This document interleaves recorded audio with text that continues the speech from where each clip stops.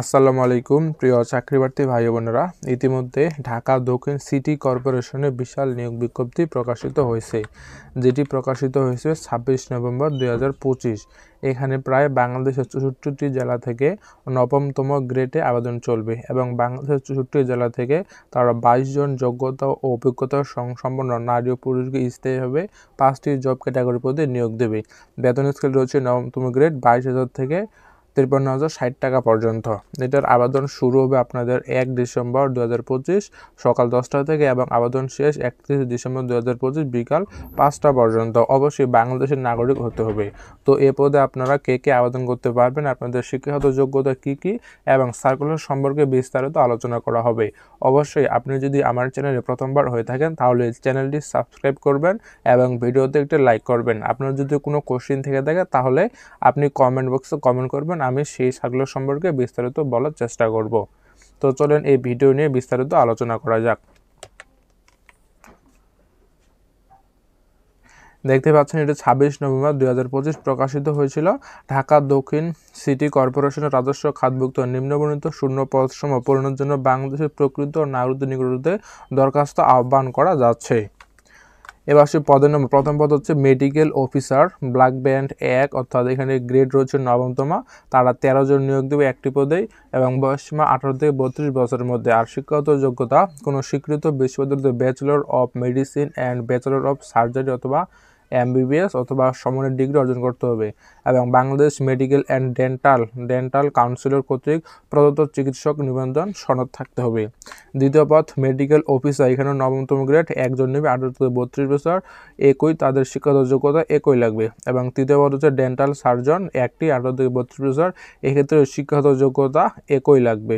এবং কীট নিয়ন্ত্রণ কর্মকর্তা একজন নেবে, ভেটেরিনারি কর্মকর্তা নেবে হচ্ছে 6 জন 18 থেকে 32 বছর, এক্ষেত্রে যারা পশু চিকিৎসকের স্নাতক করেছেন অথবা পশু চিকিৎসা নিয়ে অন্যান্য দ্বিতীয় বা সমমানের সিজিপিএতে স্নাতক বা সমমানের ডিগ্রি অর্জন করেছেন এবং ভেটেরিনারি কাউন্সিলের রেজিস্ট্রেশন প্রাপ্ত যারা রয়েছেন তারা শুধু আবেদন করতে পারবেন। তো যারা ভেটেরিনারি সম্পর্কে ডিগ্রি বা সার্টিফিকেট রয়েছে তারা এই পদে আবেদন করতে পারবেন। এখন এই পদের বিস্তারিত শর্তগুলো সম্পর্কে আলোচনা করব। অবশ্যই তাদের বয়স 18 থেকে 32 বছরের মধ্যে হতে হবে এবং বয়স প্রমাণের ক্ষেত্রে তারা কোনো প্রকার রেফারেন্স গ্রহণ করবে না। প্রার্থীকে অবশ্যই সরকারি, আধা সরকারি, স্থানীয় শাসিত প্রতিষ্ঠানে কর্মরত প্রার্থীদের জনতা কর্তৃপক্ষের অনুমতিক্রমে আবেদন করতে হবে। চাকরিরত প্রার্থীকে মৌখিক পরীক্ষার সময় নিয়োগকারী কর্তৃপক্ষ কর্তৃক অনুপ্রদত্ত অনাপত্তি ছাড়পত্রে মূল কপি জমা দিতে হবে এবং আবেদনপত্রে প্রার্থীর নাম, পিতা, স্বামী, মাতা অর্থাৎ A to Z আবেদনকে উল্লেখ করতে হবে। মৌখিক পরীক্ষার সময় সকল সনদপত্রের মূল কপি প্রদর্শন করতে হবে এবং এক সেট সনদের সত্যায়িত এক সেট কপি দাখিল করতে হবে এবং আপনি যার দ্বারা সত্যায়িত করবেন তার সিল সহ সত্যায়িত করতে হবে। কোটা সংক্রান্ত সরকার কর্তৃক জারিকৃত সর্বশেষ প্রজ্ঞাপন অনুসরণ করা হবে, অর্থাৎ কোটা নিয়ে সরকার সর্বশেষ যে সিদ্ধান্ত নিয়েছেন সেই সিদ্ধান্ত তারা জারি করবে। এবং আপনি যদি বাংলাদেশের মুক্তিযোদ্ধা অথবা বীরাঙ্গন সন্তান, ক্ষুদ্র নিগোষ্ঠী, শারীরিক প্রতিবন্ধী, তৃতীয় লিঙ্গ হয়ে থাকেন তাহলে অবশ্যই উপযুক্ত কর্তৃপক্ষ কর্তৃক প্রদত্ত সনদ আপলোড করতে হবে। আর এখানে তারা একটু কোটা অর্থাৎ আপনাদের কোটা রিলেটেড কিছু থাকলে সেগুলো বলছে এবং সকল সত্যায়ন ও প্রথম শ্রেণীর গ্যাজেটেড কর্মকর্তা কর্তৃক সম্পাদিত হতে হবে। কোনো কারণ উল্লেখ ছাড়া এই নিয়োগ বিজ্ঞপ্তি আংশিক বা সম্পূর্ণ সংশোধন তারা করতে পারে। লিখিত ও মৌখিক পরীক্ষার অংশগ্রহণের কোনো প্রকার তারা ভাতা প্রদান করবে না এবং অবশ্যই প্রার্থীকে আবেদনটা করতে হবে 1 ডিসেম্বর থেকে আবেদন শুরু এবং 31 ডিসেম্বর পর্যন্ত আবেদন চলবে।